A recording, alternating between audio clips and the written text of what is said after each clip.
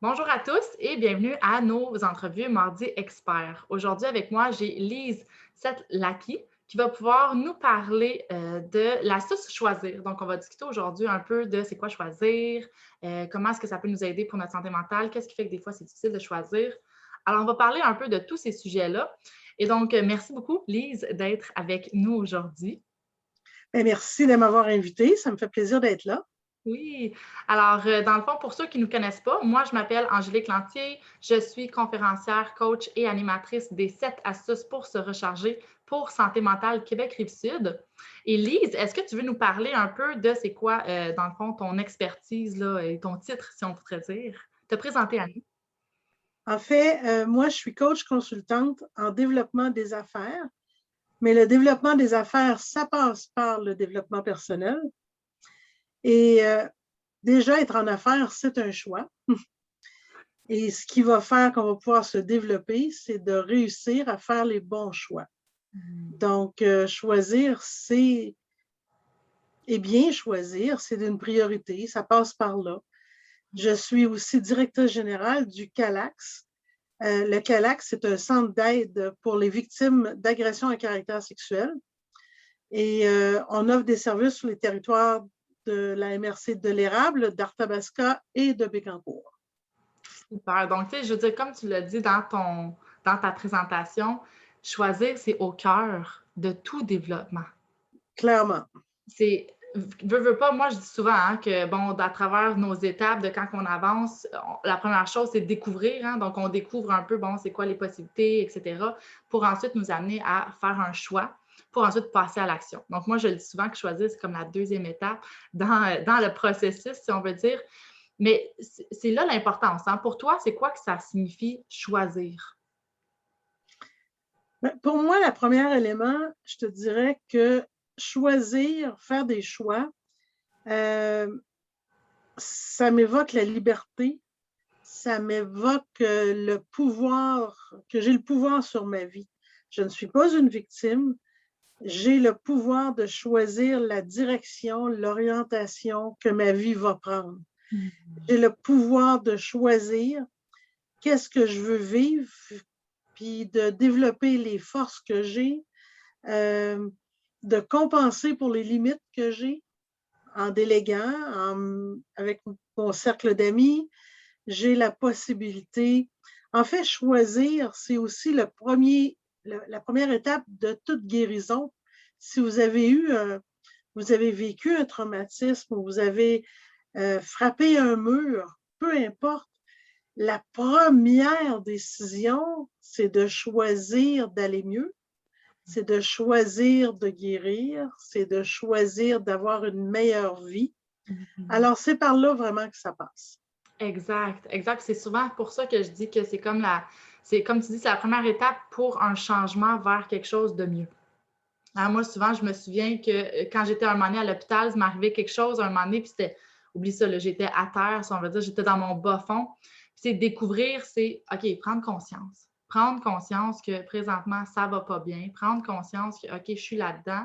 Mais ensuite, comme tu dis, choisir. C'est notre première décision à prendre, c'est de dire, je choisis de me rétablir. Je choisis de garder espoir que le meilleur est à venir.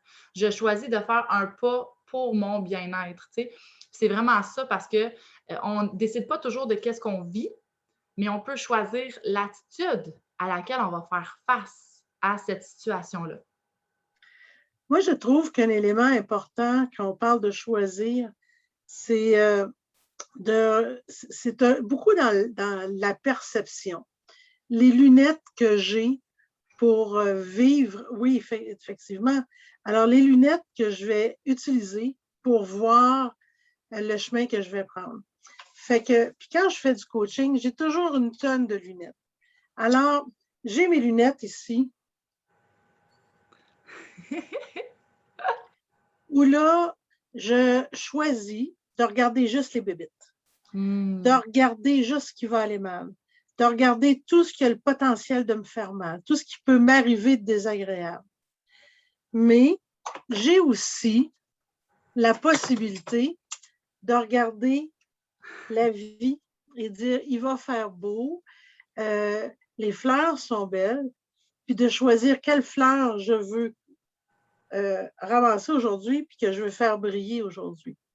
Alors, puis j'ai aussi la possibilité de choisir de dire, je vais voir clair, puis après avoir analysé les bébites, puis avoir regardé les fleurs que j'ai, de faire un choix qui va me permettre de pouvoir aller plus loin, de pouvoir avancer. Fait que pour moi, ça, c'est une façon de le faire d'une façon ludique. Et fait que vous prenez une feuille, là, puis vous mettez vos lunettes de stéthoscope du professeur méchant chouette, là, puis vous mettez vos lunettes en forme de fleurs. Vous pouvez décider de les mettre roses. Moi, j'ai même mes lunettes de la vie en rose. Vous pouvez décider de regarder les beaux côtés et les mauvais côtés, puis de faire vos choix en fonction de vos forces puis de vos limites. Mais il n'y en a pas de frein, il n'y en a pas de limite à ce qu'on peut. À partir du moment où on regarde ça, il n'y a aucune limite qu'on ne peut pas surpasser. Aucune. Zéro. Ça ne veut pas dire que ça va arriver dans la minute qui est là, mais ça va définitivement arriver. Et généralement, l'univers est très généreuse. Moi, je dis l'univers, on peut l'appeler Dieu, on peut l'appeler Bouddha, votre suprême énergie, là. Ça, elle est vraiment très généreuse avec vous, puis elle va vous apporter l'énergie que vous portez aujourd'hui, là, elle va la multiplier par ça. Mais ça, c'est vrai aussi, si tu es dans une énergie négative, bien, quelque part, c'est ça aussi que tu vas transmettre ou c'est ça que tu vas dégager, versus si tu as une énergie qui est constructive, si on veut dire, ça va aussi se dégager et se décupler. Bien, clairement, tu sais, quand on rencontre quelqu'un qui a choisi de voir toutes les bébites, bien, quand il va nous parler, de quoi il va nous parler? De toutes les bébites. Il va nous parler de ses bébites. Ouais. Puis là, moi, je vais répondre en fonction de ses bébites. Ouais. Fait que c'est sûr et certain que c'est ça que la personne va voir. Mais si je parle jardinage ou je parle fleurs, bien, de quoi on va parler ensemble? On va parler de ce qui est beau, de ce qui te fait plaisir, de ce qui t'a apporté du bien au cœur. Par contre, ce qu'il ne faut pas faire, c'est choisir de se mettre en mode protection. Ça veut dire qu'on ferme tout. On ferme les portes. Puis quand on ferme les portes, là, bien, sachez une chose, c'est que quand on ferme les portes, ça veut dire qu'on ne laisse rien rentrer. Mais ça veut aussi dire qu'on ne laisse rien sortir. Ouais. Une porte, c'est un mur, là. Ouais. Donc, puis quand on fait ça, ça veut dire que c'est l'isolement, ça veut dire que c'est la solitude, ça veut dire je suis seule avec ma situation. Fait que le meilleur point, c'est de dire, OK, je regarde ce qui va bien, je regarde ce qui peut aller mal, je ferme la porte et je fais le choix le meilleur pour moi. Et je m'assure que c'est mon choix, que je vais assumer parce que je vais être heureuse avec ce choix-là. Et si jamais, ça ne marchait pas, bien, ce sera une expérience qui va me permettre de savoir que la prochaine fois, je pourrais réussir si je faisais autrement. La meilleure métaphore ou exemple que je peux donner, c'est moi, j'aime le sucre, mais je ne suis vraiment pas bonne à faire du gâteau. Il y a quelque chose de chimique dans l'affaire, là. C'est sûr que, écoute, je ne suis même pas capable de faire lever un gâteau Dunkin' Hines, il lève plus croche. On m'a dit, Lise, c'est ta cuisinière. J'ai dit oui, et l'univers a décidé qu'il ne fallait pas que je me mette à faire du gâteau parce que je vais trop en manger. Donc, on regarde le pour et le contre et finalement, encourage les produits locaux. Puis, ça fait un job. Il est clair que si je voulais vraiment faire des gâteaux, je serais capable de faire des gâteaux. Je ne pense pas que je ne suis pas capable de faire des gâteaux. Je pense que j'ai choisi de ne pas mettre d'énergie sur faire des gâteaux. Ouais, ça, c'est comme... Donc, je ne me tape pas dessus. Pardon? Choisir ses batailles. Ben oui, effectivement. Faire les choix qui nous rendent le plus heureuses. Ouais. Fait que, alors, moi, ça, c'est pas un choix que je trouve pour moi. C'est pas quelque chose que je trouve un choix judicieux. Parce que plus je vais en faire, plus je vais en manger, plus je vais manger, plus je ne passerai pas dans la porte. Fait que, alors, ce qui est important pour moi, c'est de faire un choix qui me rend heureuse. C'est quoi qui me rend heureuse? Ben, c'est de parler avec toi aujourd'hui, de faire le choix de... Aujourd'hui, je vais parler des choix avec Angélique. Aujourd'hui, je vais prendre soin de moi. Aujourd'hui, je vais aller marcher dehors après parce qu'il fait beau et que c'est intéressant. Ça va être bien pour moi d'aller prendre une marche. C'est de faire des choix qui vont être, dont je vais être fière et qui vont me faire plaisir, justement. Exact. Puis ça, c'est différent pour chaque personne. D'où l'importance Chacune. de tellement s'écouter parce que ce qui, toi, va te faire du bien, ne va pas nécessairement apporter le même bénéfice ou le même bénéfice à quelqu'un d'autre. C'est vraiment de s'écouter chaque personne pour dire qu'est-ce que moi j'ai besoin, qu'est-ce que moi j'ai envie. Donc, plus qu'on se connaît, plus qu'on est capable de faire des choix qui sont en lien avec ce qu'on est, qui on est. Puis plus qu'on sait qu'est-ce qu'on aime, plus qu'on est capable de faire des choix alignés avec ce qui nous fait du bien. Plus qu'on est connecté à nos émotions, plus qu'on est capable de savoir qu'est-ce que j'aime pas, qu'est-ce qui me fait plaisir, qu'est-ce qui me rend pas heureuse ou heureux. T'sais. Donc, c'est vraiment de découvrir aussi tout ça pour pouvoir ensuite faire des choix qui soient vraiment plus éclaircis. Que ça soit vraiment plus facile finalement. Définitivement. Par contre, je te dirais que moi, le mot non ne fait jamais partie de mes choix. OK. OK? Non, ce n'est pas une option pour moi. Je t'explique. J'ai horreur de tous les gens qui disent « je dois apprendre à dire non ». OK. Oui, quand on dit un non, c'est une phrase complète où tu as le droit de dire non. Moi, ça, je déteste ça. Moi, je te dirais, j'aime mieux qu'on dise « tu as le droit de faire un choix ». Renoncer à une chose, c'est ouvrir la porte pour quelque chose d'autre. Oui, oui. OK? Ça, j'ai le droit de faire ça. Mais je n'ai pas le droit de dire un non juste parce que oh, ça ne me tente pas, ça va être difficile, oh, je vais m'écouter aujourd'hui. Là, ça devient trop facile. Là. On ne peut pas faire ça parce que ça, c'est fermer la porte à tout, fermer la porte au choix, fermer la porte à... On ne ferme pas jamais la porte. C'est la première... Ça, c'est ce que tu parlais avec les protections, les lunettes de protection. Oui. À partir du moment où je me mets en protection, je ferme des portes. Que ce soit au niveau de la communication avec les autres. Ah, ça, je vais parler, OK, de ça. Là, les personnes à la maison, je ne sais pas si vous vous identifiez à ça, mais tu sais, mettons, tu es en relation avec quelqu'un, puis tu le sais, qu'à un moment donné, tu es fermé. Là, il n'y a plus de communication, il n'y a plus... on ne cherche plus non plus à ouvrir des possibilités, à être ouvert à les opportunités qui s'ouvrent à nous. C'est comme, on reste juste dans notre zone de confort dans laquelle souvent, on n'est pas confortable, mais on reste là-dedans juste parce qu'on a tellement peur de faire des choix, comme tu dis. Fait que ça, est-ce que c'est ça que tu veux dire un peu par notre mode bulle protection? Là? Oui. Tu sais, vous avez tous rencontré quelqu'un, puis les gens disent, ben, je n'ai pas appelé Angélique aujourd'hui. Pourquoi? Ben, j'ai peur de la déranger, puis je ne veux pas qu'elle me dise non. On n'aime pas ça, se faire dire non. Ben, si moi, je n'aime pas ça, l'autre non plus n'aime pas ça, se faire dire non. Par contre, si je te dis, si toi, tu me demandes quelque chose, puis je dis, écoute, Angélique, ça ne sera pas possible aujourd'hui, mais ça pourrait être possible à un autre moment. Là, j'ai une ouverture. Ouais. Je n'ai pas dit non. Je n'ai pas dit non, je ne veux pas vivre ça. Je n'ai pas dit non, je ne veux pas te parler. Je n'ai pas dit non, ça ne me tente pas. Ouais. Ça, c'est comme si je te manquais d'intérêt. C'est comme si je n'avais pas d'intérêt pour ce que tu fais. Je ne peux pas dire ça. Non, ce n'est pas une option. Ce qu'on peut dire, c'est de nommer à l'autre personne le choix que je veux faire. Alors, écoute, ce que tu m'offres, je trouve ça très intéressant, mais ça ne me convient pas présentement. Je suis vraiment beaucoup impliquée dans une autre activité que je dois terminer. Puis, j'apprécie vraiment beaucoup que tu aies pensé à moi. J'apprécie le fait que tu m'aies appelé. On vient de changer toute la game, là. On n'a pas mis de mur.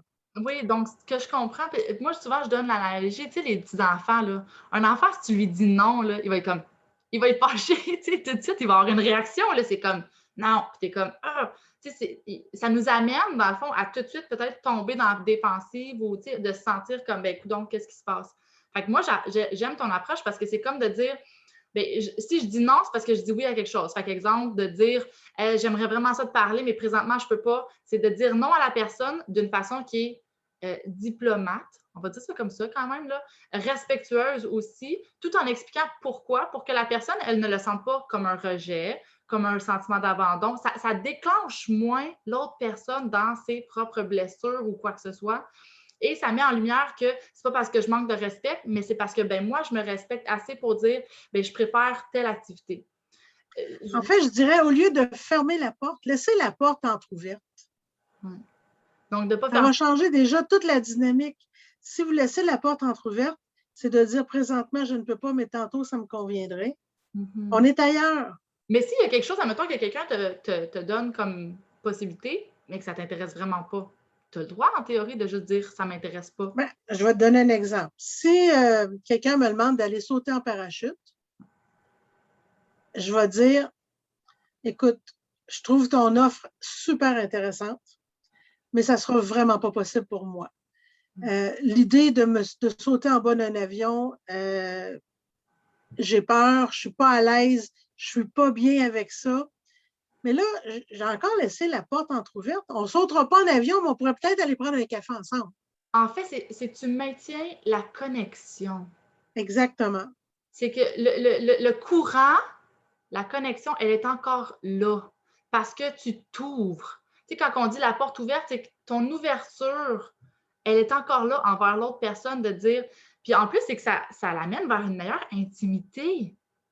Un élément important, Angélique, c'est que ça l'ouvre et ça peut ouvrir la porte à des nouveaux choix, des nouvelles opportunités. Oui. Donc, tu peux être contraint, toi, dans ce que tu connais, tu as 2 choix. Puis vu que tu as laissé la porte entrouverte, puis tu as eu une conversation, une communication, bien, ça veut dire qu'il peut y avoir d'autres nouveaux choix qui vont venir s'intégrer dans ça, puis qui te conviennent encore mieux, que tu n'avais pas vu, passer pantoute. Puis là, c'est là. Puis, oui, parce que la personne, exemple, mettons, la personne qui reçoit ça, puis elle dit, OK, donc elle, si les parachutes, ça ne convient pas, parce que bon, c'est épeurant ou ça a trop de risques ou quoi que ce soit, ben, je pourrais lui proposer autre chose. Peut-être que la personne, elle va dire, bon, ben, qu'est-ce que tu aimerais faire? Parce que si elle, son besoin, c'est, je veux passer du temps avec elle. Parce que souvent, c'est ça que je dis, hein, on peut avoir des objectifs, mais le choix de comment se rendre à ces objectifs-là, il y en a multiples possibilités, là. Il y a de la flexibilité. Donc, si la personne, son objectif, c'est bien, je veux passer du temps avec cette personne-là pour que ce soit agréable, puis elle s'est dit, oh, faire du parachute, ça serait cool. Puis toi, tu dis, non, j'aime pas faire du parachute. Puis elle peut dire, ah, bien, mon objectif, c'est de passer du temps. Bon, bien, qu'est-ce que tu aimerais d'autre? Ah, tu aimerais aller prendre un café ou aller prendre une marche? Bon, bien, on va choisir un autre moyen pour atteindre notre objectif final, finalement, pour répondre à nos besoins. Tu vois, si tu me dis, tu me poses une question, puis je te réponds non, il n'y a pas de choix après non. Je viens de fermer. Si je te réponds autre chose, je laisse encore la place à des choix autres. Ouais. Donc, le non n'est pas une option.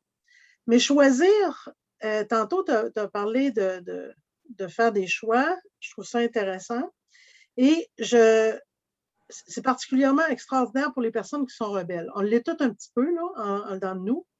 Mais si quelqu'un me dit, Lise, tu n'as pas le droit d'aller, tu n'as pas le droit de fumer. Quand j'étais jeune, on me disait, tu n'as pas le droit de fumer, c'est interdit de fumer, tu n'as pas le droit. Écoute, c'est clair que j'avais envie de l'essayer. Tu comprends? Parce que là... c'est tabou. Ben non, ben c'est sûr. T'sais. Alors là, quand je dis... Puis ça, je me souviendrai toujours, mon fils me disait, je disais, Kevin, je ne veux pas que tu manges dans ta chambre. OK? Manger dans ta chambre, c'est non. Fait que là, pourquoi? Ben parce que c'est pas propre, puis je veux que tu manges en cuisine avec nous parce que ça nous permet de parler puis de jaser ensemble. Puis deuxièmement, tu te ramasses pas. Fait que, alors, j'avais dit non. OK? J'ai expliqué mon choix, pourquoi je disais non, pourquoi je ne voulais pas ça. Alors, est-ce que vous pensez qu'il m'a entendu ou qu'il m'a écouté? Mais pas pantoute. C'est juste que ça paraissait moins parce qu'il glissait l'assiette en dessous de son lit pour pas que je la voie. Alors, étant une bonne maman, tu fais le ménage, puis tu t'aperçois que l'assiette est passée en dessous du lit. Alors, ce que j'ai fait, c'est que j'ai dit, écoute, Kevin, je vais respecter ton choix. Tu veux avoir des assiettes sales dans ta chambre, puis tu veux manger dans ta chambre, mais écoute, c'est vraiment, c'est correct. Je respecte ça. Alors, j'ai descendu le sac de poubelle dans sa chambre, plein d'assiettes, d'ordures ménagères, puis je l'ai mis dans sa chambre, puis j'ai dit, écoute, moi, là, je veux vraiment te donner l'abondance dans tout ce que tu souhaites, dans ce que tu veux. Et toi, c'est ça que tu veux, moi t'en donner, je te jure, je te promets. Alors, je peux vous garantir que c'était la dernière fois qu'il a mangé dans sa chambre. Parce que là, il s'est dit, non, je ne veux pas l'abondance. Mais pas dans cet ordre-là. Oui, c'est ça. Faire des choix, ça veut aussi dire que quand je choisis de m'engager dans quelque chose, quand je fais le choix de vouloir atteindre un tel résultat, là, je ne parle pas d'un objectif, je te parle d'un résultat, parce qu'un résultat, ça goûte bon. Un objectif, c'est une job, là, mais un résultat, c'est comme un cadeau. Alors, c'est un choix que je fais, de le voir comme un cadeau, parce que j'aime les cadeaux. Alors, quand je fais ce choix-là, automatiquement, je m'engage davantage dans mon cheminement vers ce choix-là. Fait que quand je dis je veux aller bien, je veux ma liberté, je veux qu'avec mon conjoint, ça se passe bien, je veux me sentir moins stressée, moins... Ben, après ça, c'est de trouver, à partir du moment où je le sais, je vais faire les gestes ou je vais aller chercher de l'aide pour faire les bons gestes, faire les bons choix, mais définitivement que je vais faire un processus. Exact. Fait que je vais faire le choix de comment je veux aller. Ben, c'est comme un engagement envers moi-même. Puis j'aime mieux être engagé envers moi-même qu'envers quelqu'un d'autre. Parce que si je manque mon coup envers moi-même, là, je ne suis pas une pas bonne. Non. J'ai juste vécu une expérience, puis je comprends un bout de plus de moi. J'apprends à me connaître. Donc, je ne vis jamais d'échec. Non, c'est juste des expériences. L'échec, là, ça vient des autres. OK? L'échec, c'est l'évaluation que fait l'autre du résultat que tu as eu. Tu sais, quand tu allais à l'école, là? Oui, avec les examens, etc. Oui. Ben, moi, je peux te dire que ma vision de ça maintenant, c'est quand je faisais un examen, c'était un test pour savoir ce que j'avais compris et pas compris. OK? Puis le professeur, lui, il évaluait mon résultat de ce que j'avais compris. Mais là, le problème, c'est qu'il me le mettait en note. Fait que j'avais 80% ou bien 32. À 32, je n'ai rien compris, je suis cruche. Puis à 80, j'étais correct, j'avais compris ce qu'il fallait que je comprenne. Mais c'était pas ça. C'est pas la note qui est importante. C'est OK, j'aurais aimé mieux pas avoir de notes pour me dire ah, OK, tu as fait une faute à telle place, c'est quoi cette faute-là? Tu n'as pas compris, on va regarder comment on pourrait corriger cette faute-là, au lieu de me dire que j'en ai fait 32 fautes. Oui. Ça donne quoi comme. Qu'est-ce que ça apporte de plus? Bien, c'est parce que c'est pas bon pour notre estime, parce que oui, des fois, il y a plein de choses qu'on est en train d'apprendre, il y a plein de choses qu'on découvre. Tu sais, tantôt, on parlait un tour de fleurs ou, tu sais, moi, j'appelle souvent ça un jardin personnel, OK? Puis c'est vrai que des fois, quand ça va pas bien dans notre vie, crime que nos résultats, là, on a l'impression qu'il y a plein de mauvaises herbes partout, là, OK? Puis oui, il y a un ménage à faire, etc. Mais le fait de dire, ah, j'ai toutes ces mauvaises herbes-là, puis de les accumuler, puis de juste regarder ça, ça ne nous aide pas, comme tu dis. C'est le fait de faire un bilan, de dire oui, j'ai des forces, oui, j'ai des mauvaises herbes, oui, j'ai allé travailler, mais c'est comment après aller individualiser chacune de ces mauvaises herbes-là, puis de dire, bon, bien, ce résultat-là, comment est-ce que je peux faire pour le transformer dans ma vie? Maintenant, oui. Puis, tu sais, si on arrose les fleurs, là, ben, ça va étouffer les mauvaises herbes. Puis, on les voit moins, les mauvaises herbes, quand on arrose nos fleurs. Il y en aura plus, il n'y aura même plus de place à pousser. Parce que ça ne donne rien de mettre trop de temps sur ce qu'on n'est pas bon à ou ce qu'on n'aime pas. Tu sais, moi, je suis bonne pour écrire. J'adore écrire, mais je fais plein de fautes. OK? Je te jure, je suis créative en français, ça se peut pas. Mon orthographe, là, elle est très créative. Mais je m'exprime bien sur papier. Je fais des textes qui sont vraiment bien, qui sont extraordinaires. Est-ce que je vais dire que mes textes sont pourris parce qu'il y a des fautes dedans? Non, parce que l'idée de fond est bonne, parce que la façon de m'exprimer, elle est naturelle et authentique. Mon idée, le message que je veux passer, il y a plein de bon sens. Les fautes, ben c'est le fun. Je vais aller voir dans le jardin du voisin si lui, l'autographe, ça ne serait pas une de ses fleurs. Là, je lui demande de venir de mon côté puis de corriger mes fleurs, mes fautes. Puis finalement, ça me fait un texte parfait. C'est tout. C'est de compenser aussi certaines de nos limitations ou de nos capacités qu'on a en moins, mettons, là, ou que c'est pas nos forces, puis on a tous chacun notre zone de génie, comme on dit là, des fois. Là. Donc, d'assumer, quand on est capable de s'accepter assez puis de s'aimer assez pour être capable de dire j'ai le droit de ne pas être bonne dans tout. Hein? J'ai le droit d'avoir des zones dans lesquelles je suis bonne, puis d'autres zones dans lesquelles je suis moins bonne. Puis c'est à partir du moment qu'on l'assume, ça, on est capable d'aller chercher les personnes autour, hein, créer des liens, ça fait partie des 7 astuces. Donc, de créer des liens avec les personnes qui vont venir pouvoir compenser puis bâtir un pont finalement pour qu'on puisse atteindre nos résultats, comme tu disais, mais sans que ça nous demande un effort supplémentaire, inimaginable, dans lequel c'est même pas réaliste. Je veux dire, moi aussi, une de mes faiblesses, c'est l'orthographe. Puis souvent, je me dis, mais pourquoi est-ce que je miserais tant d'efforts à essayer de travailler là-dessus quand je peux essayer d'améliorer quelque chose d'autre que je suis déjà bonne dedans et qui va m'encourager dans mon estime puis qui va m'apporter de la joie. Tu sais, donc, c'est vraiment... En fait, quelqu'un qui devient une sommité dans un domaine, c'est juste parce qu'il s'est concentré à devenir meilleur dans ce domaine-là. Ouais. Puis, on est tous d'accord que quelqu'un ne peut pas être bon dans tout, là. À essayer d'être bon dans tout, tu deviens bon dans rien. Ouais. Alors là, puis là, je vais vous dire un secret. Nos amis aiment beaucoup être utiles pour nous. Nos amis, là, ils aiment ça, se sentir important, puis faire une différence dans nos vies. C'est comme ça qu'on se fait des amis. Quand on leur demande de l'aide, ça leur fait plaisir.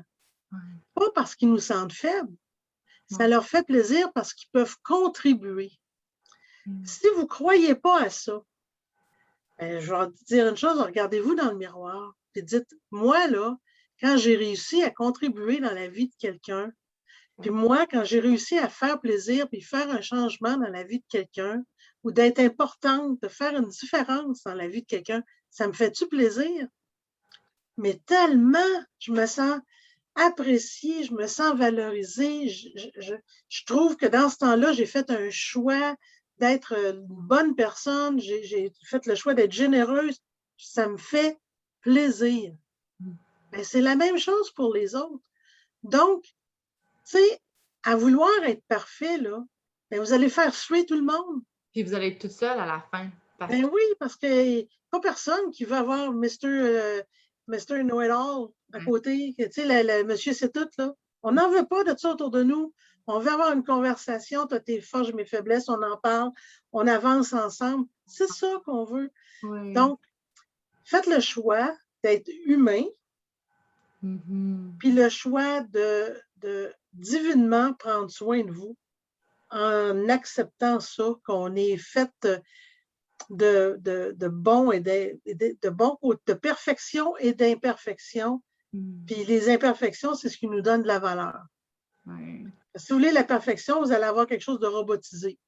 Mais ce qui donne de la valeur à quelque chose, c'est quelque chose qui est fait par un humain, puis qui a ses failles, puis qui a ses petits travers. C'est ça qui va faire la vraie différence. Son unicité. Oui, puis, vraiment. J'ai un exemple, là, comment que, tu sais, des fois, moi, je me dis souvent, il faut demander aux autres parce que les autres, ils ne peuvent pas deviner qu'est-ce qu'on a besoin. Si on ne le nomme pas, c'est comme je dis, ils ne peuvent pas deviner. Puis moi, je me souviens qu'il y avait... Alors, pourquoi, tu parles, Angélique, juste pour le fun, dans ce que tu viens de dire là, pourquoi les gens ont peur de demander? Ben, on dirait que soit ils ont peur de déranger, ils ont peur de paraître faibles, parce que des fois, ben là, il faut qu'on soit fort, il faut qu'on soit capable de faire tout, être superwoman, puis on s'épuise, puis on finit en dépression après suite à ça, puis après on se demande pourquoi. Puis à un moment donné, on fait OK, on va être humble, puis de reconnaître que j'ai mes limites. Donc, c'est vraiment c'est souvent la peur, hein, parce qu'une fois qu'on traverse et qu'on a le courage de demander de l'aide, à un moment donné, ça devient de plus en plus naturel, de plus en plus facile. Puis, à un moment donné, c'est qu'on voit l'avantage qu'on a quand on demande de l'aide. Tu sais, moi, mettons, même dans mon processus, ça m'a pris du temps avant d'oser demander de l'aide parce que j'entendais en arrière que ben, je devrais être capable. Je devrais y arriver toute seule. Comme s'il y avait un tabou, comme s'il y avait une honte associée au fait de ne pas être capable d'y arriver seule. Puis après, une fois qu'à un moment donné, j'ai fait, ben, OK, clairement, j'accepte que j'y arriverai pas toute seule. Le résultat que je souhaite, j'y arriverai pas toute seule. Puis, tu sais, souvent, on dit, toute grande chose ne s'est pas bâtie par une seule personne, là, tu sais. L'union fait la force, etc. Là. Donc, à un moment donné, j'ai fait comme, OK, il faut que j'aille chercher de l'aide parce que de toute façon, sinon, je vais rester là-dedans. Et une fois que j'ai demandé de l'aide, après, là, ça me renforcit, là. Beaucoup. Mais tu sais, Angélique, je suis convaincue, puis, tu sais, je suis d'accord à presque 75% avec ce que tu dis. Tu sais, dans le fait de dire je devrais être capable, là, la réponse, c'est oui. OK? Oui, tu pourrais être capable. Mais tu as le choix. Est-ce que tu veux te faire suer pendant 20 heures, essayer d'arriver à ça? Ou si tu décides d'aller chercher de l'aide et te d'en débarrasser en dedans d'une demi-heure. Oui. OK? Mais oui, tu es aussi capable que quelqu'un d'autre. Mais il y a C'est juste que, étant donné que ça ne fait pas partie de ta grande force, puis si ça ne fait pas partie de ta grande force, c'est probablement parce que tu n'aimes pas vraiment ça. Fait que tu ne t'attaches pas autant d'importance là-dessus. Puis si ce n'est pas ta priorité, puis tu n'aimes pas vraiment ça, veux-tu me dire pourquoi tu dépenserais 20 heures de ta vie qui est précieuse, 20 heures de beaux moments présents, au lieu de demander l'aide, t'en débarrasser, 15 minutes, c'est fait parfaitement par quelqu'un qui, lui, aime ça. Exact, oui. Et qui est bon là-dedans parce qu'il aime ça, fait qu'il est bon. Puis ça, c'est vrai, là. Le fait de demander de l'aide, c'est comme, ça va plus vite. Tout le monde peut être dans leur zone de « ils aiment ça », etc. Donc, déléguer définitivement. Mais tu vois, ce que moi, j'amenais comme le point où, quand je disais « je devrais être capable », c'est que je réalise que pour certaines personnes, puis moi, je sais, j'étais là-dedans, donc je sais qu'il y en a d'autres qui le vivent, ils vont avoir des objectifs qui sont irréalistes. Les résultats qu'ils souhaitent atteindre ne sont pas réalistes, soit dans le temps qui se fixe, soit dans le moyen qu'ils ont choisi pour y arriver. Et donc, oui, à un certain point, si on a une façon, une vision qu'on a, ça se peut que cette vision-là ou le moyen qu'on a choisi, on ne soit pas capable d'y arriver de cette façon-là. Et c'est pour ça qu'il faut avoir des lunettes pour pouvoir voir comment est-ce qu'on peut voir la situation différemment pour être capable de prendre un autre chemin qui va peut-être nous permettre d'y arriver toute seule, mais que sinon, on va aller chercher de l'aide pour pouvoir y atteindre beaucoup plus vite ou changer notre objectif. Tu sais, des fois, on n'est pas obligé de viser cet objectif-là. Là. Tu sais, si c'est quelque chose qui nous demande tellement d'efforts. Effectivement, parce qu'on est bon, puis ça va bien, puis on aime faire ça dans quoi on est bon. Fait que ça, il faut retenir ça, puis on peut se retenir que, tu sais, tout seul, je vais y arriver, mais ensemble, on va aller plus vite. Ouais. Et si j'arrive à l'autre bout plus vite, bien, ça va me donner la possibilité de faire d'autres choix pour faire autre chose que j'aime encore plus, puis aller encore plus loin. Ouais. Fait que, alors, puis, est-ce qu'il y a des mauvais choix? Des expériences. Il y a des expériences. Si on peut se tromper dans un choix. Oui, oui, puis, mais ça va. Si, moi, je me dis toujours, si je fais un choix, là, parce que c'est vrai que des fois, là, on a de la difficulté à choisir parce que ça cause un stress, on a peur de se tromper, on a peur de les conséquences que ça peut avoir apporté, tu sais, parce qu'il y a des petits choix. On peut choisir quelque chose aussi banal de, bon, ben, qu'est-ce que je vais porter aujourd'hui? Ça n'aura pas de conséquences là, sur notre vie future, mais il peut y avoir un choix qu'on a à faire. C'est quoi notre carrière que je veux aller? C'est quoi je veux-tu m'acheter une maison? C'est où je veux habiter, etc. Le choix du conjoint. Ça a des répercussions plus grandes, on va dire, sur le reste. Oui, mais à part la mort, il n'y a aucun choix qui est permanent. Tu peux te tromper de conjoint, puis on est chanceux, on peut changer de conjoint. On peut se tromper de voiture, on peut se tromper de job, on peut se tromper d'études.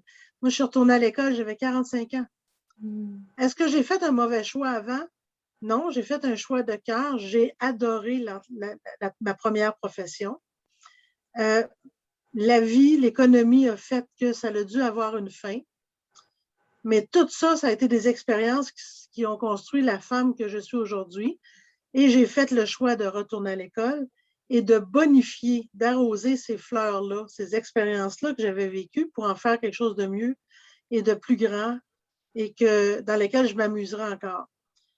Fait que, tu sais, je suis une privilégiée de la vie, mais je pense honnêtement que de vivre au Québec, de vivre au Canada, on est des privilégiés de la vie parce que on a toujours, il n'est jamais trop tard, on peut toujours retourner à l'école, on n'a pas choisi la bonne maison, on peut changer de maison. Tu as fait des mauvais choix financiers, tu fais faillite, tu recommences.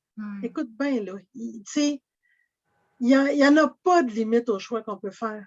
C'est jamais permanent. Ça, c'est tout à fait vrai. Puis le fait de savoir ça, je pense que ça peut enlever une pression quand c'est le moment de choisir, tu sais. Effectivement. Ça se peut prendre une décision, ça ne se fasse pas comme ça. Tu sais, il y a des choix que, ben, on va aller analyser, on va aller observer c'est quoi les informations qu'on a, on va aller peser les pour et les contre, on va aller observer c'est quoi. Tu sais, moi, souvent, c'est ça, là, mon processus pour choisir, c'est comment, mettons que je prends ce chemin-là, selon moi, qu'est-ce que ça va apporter comme résultat futur? Bon, y a-tu des positifs, y a-tu du négatif? Bon, si je prends ce chemin-là, c'est quoi les petits. Fait que j'évalue, n'est-ce pas, pour essayer de voir qu'est-ce que ça pourrait être? Puis là, on s'entend. Ça ne veut pas dire que qu'est-ce que je pense qui va arriver. Souvent, c'est juste une projection basée sur mes expériences passées qui va faire en sorte que, bon, fait au final, quand on fait un choix, on le fait toujours dans la meilleure connaissance de cause qu'on a du moment. Tu sais, c'est vraiment en toute connaissance Je de veux dire, qu'on le fait. le meilleur choix, c'est celui qui est enligné tête, corps, cœur. Ouais. Okay? Alors, oui, vraiment très enligné. Moi, je peux penser que ma tête, à part, moi, je vais toujours me souvenir d'une table à dessin, parce que je faisais de la décoration intérieure, puis il y avait une table à dessin que j'avais vue, que je trouvais absolument, était belle. Elle était magnifique. Je voulais cette table à dessin-là. Ma tête me disait, Lise, ça ne te donne rien, tu en as déjà deux, je ne sais pas pourquoi tu en aurais une troisième. Mon cœur disait, je veux la table à dessin. Fait que là, ma tête, elle a dit, ben non, Lise, tu n'as pas les moyens. Mon cœur a dit, je veux la table à dessin. Qu'est-ce que vous pensez que c'est passé? J'ai acheté la table à dessin. C'est sûr. Ma tête a dit, c'est correct, il va falloir t'en vendre une. Parfait, on va vendre une table à dessin parce que c'est celle-là qu'on veut. C'est ça. Fait que les choix, il y a des choix de cœur qu'on veut faire. Puis là, à ce moment-là, on peut se fier sur notre tête pour trouver des solutions pour être sûr que notre cœur soit heureux. Oui, exact. Tu comprends? Fait qu'on est en ligne, puis c'est les meilleurs choix. Bien, c'est parce que c'est là qu'il n'y a pas de conflit intérieur, hein, souvent je vais dire. Clairement. Donc, tu sais, puis c'est vrai que quand notre cœur, il nous amène vers quelque chose, hein, quand on ressent qu'il faut qu'on aille dans notre direction, moi, souvent, c'est ça, hein, l'astuce ressentir, là, ça fait partie des 7 astuces, mais c'est notre GPS. Hein? C'est ça, c'est notre élan, c'est notre intuition, c'est ça qui va nous apporter cette joie-là à l'intérieur. Bien, oui, il faut le suivre, ça, au final. Puis des fois, notre raison, elle ne comprend pas pourquoi que notre cœur il va aller dans cette direction-là. Puis là, on va vouloir justifier, on va vouloir rationaliser, on va vouloir éliminer ça. Mais au final, il va y avoir comme une tristesse si on ne suit pas cette partie-là de nous qui souhaite s'exprimer finalement. Puis comme tu dis, c'est de... Le ressentir. Oui, ressentir, oui. Le ressentir, c'est l'outil de premier plan pour faire des choix. Exact. Fait que tout est interrelié, hein? Bien, en fait, ce que je découvre de plus en plus, c'est qu'on a plein de différents types de personnes. Donc, il y en a que leurs choix ils vont être basés sur justement les émotions. Ça va être comme ça qu'ils vont percevoir la vie, ça va être les émotions qu'ils vont ressentir en premier. Il y en a d'autres que ça va être l'action qu'ils vont percevoir en premier. Il y en a d'autres que ça va être les pensées, les faits, les gestes. Il y en a d'autres que ça va être en fonction de leurs valeurs.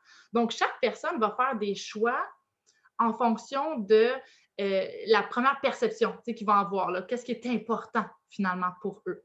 Et donc, l'idéal, c'est que si nos valeurs, nos choix, nos pensées sont toutes alignées ensemble, c'est parce que là, c'est comme, la vie est comme, oui, oui. Là, il n'y a même plus d'hésitation. À ce moment-là, c'est comme, OK, on est convaincu, on est sur notre X, on le sait que c'est dans cette direction-là qu'il faut aller parce que tout nous amène vers ça. Puis nous dirige vers ça. Et la confirmation, c'est le ressentir. Parce que quand on est dans une direction qui nous convient, on se sent bien avec notre décision. Oui, nos émotions, ils nous parlent, ils vont nous dire, oui, oui, tu es à la bonne place ou, oh, je pense que te dévier un tout petit peu, il faudrait peut-être faire un autre choix pour te ramener sur le chemin, pour retrouver cet alignement-là. Un des éléments qui est important dans les choix, puis je suggère à tout le monde de faire cet exercice de valeur-là. OK? Vous pouvez aller sur Internet puis faire la recherche d'une liste des valeurs. Vous allez arriver sur un site qui va vous donner 286 valeurs. OK? L'exercice, ça consiste en choisir 5 là-dedans. Le 5 sur les 286. Et d'en éliminer 2 après. Il va vous rester les 3 valeurs qui sont non négociables dans votre vie. Dans ces valeurs-là, qui sont non négociables dans votre vie, quand vous allez faire un choix, assurez-vous que ça répond bien, sont vraiment enlignés sur ces 3 valeurs-là que vous allez avoir. Si vos choix sont enlignés sur vos valeurs, parce que vous les connaissez, bien, vous ne pourrez jamais faire de mauvais choix. Exact. Ces choix-là vont toujours vous apporter quelque chose. Alors, moi, je pense que ça, c'est un des critères que moi, j'utilise en fonction de quand je fais des choix. Est-ce que, pour moi, le respect, c'est important. L'intégrité, l'intégrité, je te parle par rapport à moi-même, là. OK? C'est hyper important. Alors, et la transparence. Pour moi, c'est mes 3 valeurs. Donc, si je fais un choix, le premier élément, c'est est-ce que je me sens respectée dans ce choix-là? Est-ce que je trouve ça lourd? Je trouve ça difficile? Est-ce que ça répond à ce que moi je veux? Je me sens-tu bien là-dedans? L'intégrité, c'est pour moi l'honnêteté face à mon choix. Je le fais-tu avec une raison et un objectif honnête? Ou si je le fais pour faire suer quelqu'un? Je le fais-tu par vengeance? Je le fais-tu pour être meilleur que l'autre? Je le fais pourquoi? Est-ce que je suis intègre dans le choix que je fais? Et la transparence, c'est est-ce que je suis capable d'écrire sur Facebook, de crier haut et fort le choix que je suis en train de faire? Je vais vous donner un exemple. Si je décidais de fumer demain matin, je ne suis pas sûre que je suis dans la transparence. Ouais. OK? Je ne suis pas sûre que j'aurais le goût de crier à tout le monde que je suis hey, j'ai commencé à fumer aujourd'hui, je suis assez fière de moi. Pas sûre. OK? Peut-être la partie je suis fière de moi, peut-être ça serait celle-là qui serait à travail. Puis de dire, mais de dire, admettons, ben, j'ai commencé à fumer, ben, j'assume que pour l'instant, c'est ça que j'ai besoin comme stratégie pour être capable de gérer. Exactement. Exactement. Mais là, ça répond à mes 3 valeurs à moi, là. Ouais. OK? Fait que pour moi, la transparence, ça veut dire qu'il faut que je sois capable d'annoncer et d'assumer ce que je vais faire. Fait que quand je donnais ma réponse, je te donnais par rapport à moi. Ouais. Je suis une ex-fumeuse qui a arrêté. Est-ce que demain matin, si d'annoncer que j'ai recommencé, ben, c'est pas aligné avec moi, là. OK? Mais ça se peut que ça arrive. Ça se peut que je dise, je fais le choix, dans cette période hyper difficile que je vis, d'allumer puis de dire, c'est ce que je veux vivre. Là, présentement, c'est comme ça que je vais affronter ce que j'ai à vivre. Il n'y a pas de mauvaise réponse. Il y a juste la réponse qui vous convient à vous. Puis un des critères pour que moi, en tout cas, mon test, c'est mon test de valeur. Si le choix que je fais est aligné avec mes valeurs, ben écoute, m'assumer le reste. Oui, tout à fait. Puis, tu sais, souvent, moi, je l'avais fait ce choix, cet exercice de valeur-là, puis souvent, je le fais faire aussi dans mes ateliers. Et, tu sais, c'est pas un exercice qui est vraiment facile à faire, je trouve, parce que ça demande une grande réflexion. Je te dirais que même moi, je réalise que mes valeurs, ils peuvent un peu vaciller dans le temps aussi. Ils ne sont pas tout le temps fixes, c'est pas tout le temps une chose, mais je me dis, c'est à savoir qu'est-ce qui est important pour moi. qu'est-ce qui est important pour moi dans ce choix-là? Pourquoi est-ce que je le fais? Tu sais, il y a comme une racine derrière la motivation d'aller dans cette direction-là, c'est pourquoi. Puis est-ce que ce pourquoi-là, est-ce qu'il résonne en moi? Est-ce qu'il me fait du bien? Tu sais, parce que des fois, de mettre des étiquettes ou des mots, tu sais, bon, les valeurs, moi, après, je me dis, ah, mais attends, si je change d'idée. Parce que, ben oui, je change d'idée souvent. Donc, je me dis, ah, j'aime mieux ne pas étiqueter puis d'avoir cette ouverture. Puis, je réalise que moi, une de mes valeurs, c'est l'ouverture. Donc, c'est l'ouverture, la face la flexibilité et le changement. Tu sais. Donc, chaque personne peut le percevoir aussi de façon différente. Mais tu vois, le changement d'idée, ça n'a pas nécessairement rapport avec les valeurs. Je t'explique. Si, par exemple, je vais donner un exemple, là, c'est carrément fictif. Là. Okay? Mes valeurs, c'est le bleu, le rouge et le jaune. OK? Puis ça, c'est ce que je veux. Mais là, ce que je veux, c'est ça. Puis j'ai trouvé un vêtement qui était bleu, rouge et jaune. Mais je peux changer d'idée parce que c'est vraiment pas le seul vêtement qui va être bleu, rouge et jaune. Tu comprends? Donc, le changement d'idée puis l'ouverture à recevoir autre chose, c'est correct. Mais une chose que je sais, c'est que je ne porterai jamais de vert. J'aime pas le vert. Le vert ne me convient pas. Fait que je ne pourrais pas changer d'idée pour quelque chose qui est vert. Ouais. Tu comprends? Exactement. Ça ne se passera pas, ce bout-là. Ouais. Ce qui va se passer, je peux le regarder, je peux l'essayer, mais je ne changerai pas d'idée. Je vais toujours revenir à mes couleurs de base qui sont le bleu, le rouge, le jaune. Puis le bleu, c'est ma couleur première. J'adore le bleu. Fait que, alors là, il va définitivement avoir du bleu. Quelque part, le bleu, ça va être là. C'est mon premier appel va être vert là. Ça ne veut pas dire que je ne regarderai pas le reste. Oui. Puis en même temps, j'aime ça avec les couleurs parce que ben, tu as dit quelque chose qui est vraiment important, je trouve, c'est le fait de savoir, oui, qu'est-ce qu'on veut, qu'est-ce qui est important pour nous, nos valeurs, mais aussi dans l'exercice, c'est aussi de dire qu'est-ce qui ne me convient pas. Hein? Qu'est-ce que ça, c'est comme non, c'est non négociable, ça, c'est je veux pas ça dans ma vie, je veux ça dans ma vie. Tu sais, de faire cet exercice-là, c'est le choix. Hein? C'est donc de voir les deux côtés, finalement, de la médaille. Puis j'aimais ça aussi, l'exercice avec la couleur, parce que, exemple, dans un bleu, ben, tu as plein de différentes teintes. Donc, tu sais, ta valeur, c'est comment est-ce que tu vas l'exprimer? De quelle façon est-ce qu'elle va influencer tes choix dans ta vie pour que ça ait une importance? Tu sais, je te donne un exemple. Moi, j'ai été dans une coop, OK? J'ai appliqué pour une coop suite à ma séparation et la personne, elle m'a demandé, elle dit, toi, tu vas faire quoi, Angélique, si à un moment donné, tu n'es pas capable de payer le loyer? Fait que là, j'ai dit, écoute, je peux comprendre qu'il y aurait plein de solutions, mais je vais t'assurer une chose, là, ça ne m'arrivera jamais. Elle dit, comment ça? Je dis, parce que moi, pour moi, là, ben, je me suis déjà organisée pour avoir 1 an d'avance de finances flexibles. Donc, je vais le voir venir si à un moment donné, ma situation devient précaire. Moi, m'avoir arrangé pour avoir trouvé d'autres solutions d'ici ce temps-là parce que dans ma valeur, être économe, dans ma valeur d'être indépendante financièrement, de ne pas vivre au jour le jour financièrement, c'est tellement ancré à l'intérieur de moi que cette possibilité-là, elle n'aurait juste jamais lieu. Mais tous les choix que j'ai faits ont été influencés finalement par rapport à cette valeur-là. Parce que je suis comme, non, moi, vivre au jour le jour financièrement puis de vivre avec ce stress-là, je ne peux pas. Mais ça, je sais que je ne le veux pas parce que je l'ai déjà vu dans ma famille. Puis je me dis, ah, non, moi, je ne veux pas ça. Je ne veux pas ce stress-là. Donc, je vais faire des choix en conséquence pour ne pas avoir à vivre cette situation-là. Puis je vais m'organiser autrement. Puis c'est vraiment ça, finalement, de faire des choix qui vont arriver à ce que tu vas créer ta vie telle que tu le souhaites. Donc, tu vas commencer par un domaine de ta vie que tu vas organiser pour qu'il soit aligné avec ce que tu souhaites. Puis à un moment donné, tu vas faire différents domaines de ta vie, puis à un moment donné, tu vas avoir un équilibre dans les différentes sphères. Puis c'est ça aussi, avoir une belle santé mentale, c'est d'être bien dans les différentes sphères de notre vie. Et ça passe par les choix qu'on fait au quotidien. Oui. Puis, je veux que les gens retiennent qu'il n'y a pas de mauvais choix. Ouais. Il y a des expériences. Il y a des... demain va être une meilleure journée. Il y a des je vais me reprendre.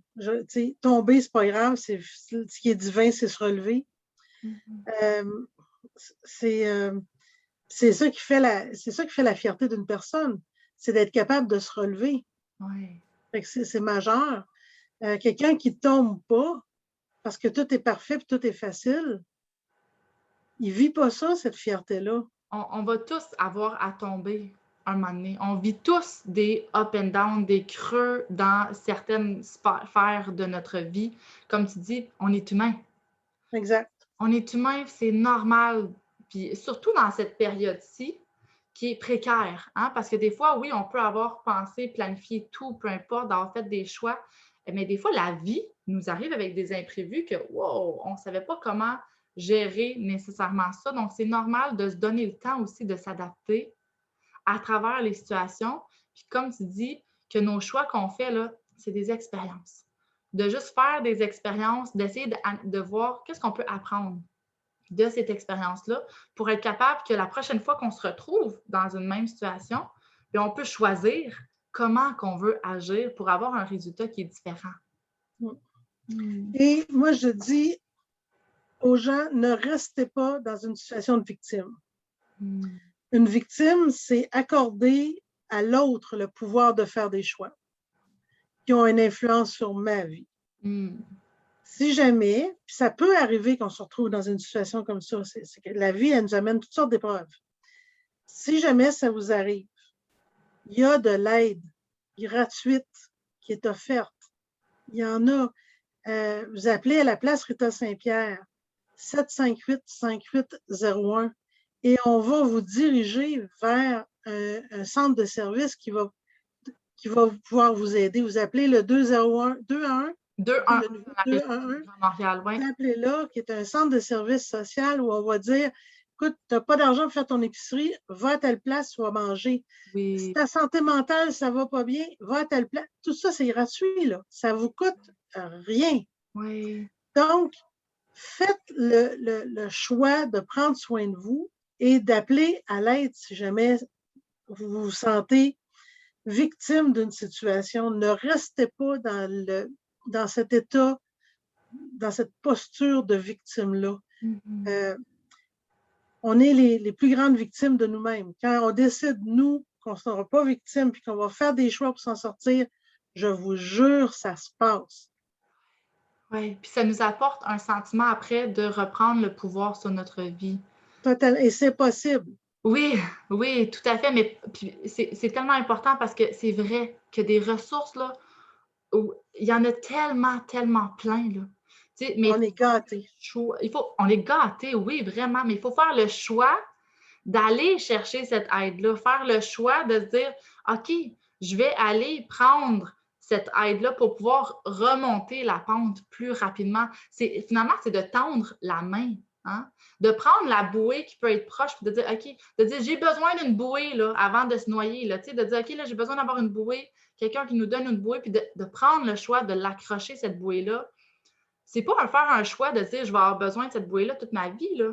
Non, c'est aujourd'hui, là, qu'est-ce que j'ai besoin? Qu'est-ce que j'ai besoin pour moi, pour ma situation, pour ma santé mentale, pour prendre soin de moi, pour être bien avec moi, pour être bien avec les autres, puis de choisir quelle direction ou quelle ressource qui peut m'aider. Puis des fois, on ne le sait pas, comme tu dis, quelle ressource, mais d'appeler les lignes, comme tu as nommé avec le 211 et l'autre, juste des fois, là, de juste le nommer, là, bien, il y a quelqu'un qui peut nous aider à être capable de nous enligner vers les bonnes ressources qui peuvent vraiment faire une différence dans notre vie. Ne soyez pas gênés et il n'y a pas de honte. Il y a des personnes, écoute, il y a eu des présidents des États-Unis qui avaient des problèmes de santé mentale importants. Ben, écoute, un fou qui ne va pas chercher de l'aide est plus fou que quelqu'un qui est supposé être hyper fin puis qui va chercher de l'aide. D'ailleurs, les plus grands de ce monde sont des personnes qui ont été bien entourées. Il y avait un bon réseau. On le sait maintenant. C'est l'athlète. Fait qu'il n'y a pas de honte, il n'y a pas de gêne, d'aucune façon. Et généralement, dans tous ces cas-là, c'est confidentiel. Là. Fait qu'il n'y a pas personne qui va le savoir. Exact, exact. C'est ça, c'est qu'il y a plein de solutions qui existent. Donc, d'accepter la situation pour ensuite aller voir c'est quoi la solution.